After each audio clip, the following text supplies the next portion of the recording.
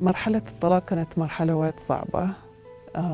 خذ لي 3 سنين لما أعطوني الطلاق. ووقت ما أنا اتطلقت ولدي كان 7 سنين، فحسب الشرع طليقي خذ الولد مني، والمحاكم الجعفرية يطبقون قانونهم اللي يقول إن أشوف الولد في الأسبوع 24 ساعة وبس. فأنا مو فاهمة شلون يعني كأم أنا بس أشوف ولدي مرة في الأسبوع وعمره 7 سنين ويحتاج اهتمام الأم.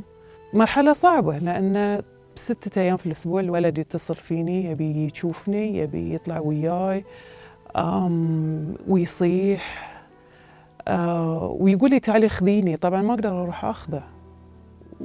النقطة اللي ما أفهمها إن شلون المرأة البحرينية السنية لها امتيازات أكثر من المرأة البحرينية اللي تزوجت بحسب القانون الجعفري، وشلون إن هي لها امتيازات إن هي تقدر ترعى أطفالها، بس المرأة اللي تزوجت تحت حسب القانون الجعفري ما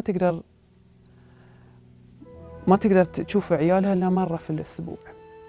ويعني هاي أبسط حق لأي أم أصلاً أن هي ترعى عيالها. ويعني ناطرة تشوف إذا في يوم من الأيام المحاكم بتغير هالشيء وتطبق قانون موحد حق الكل.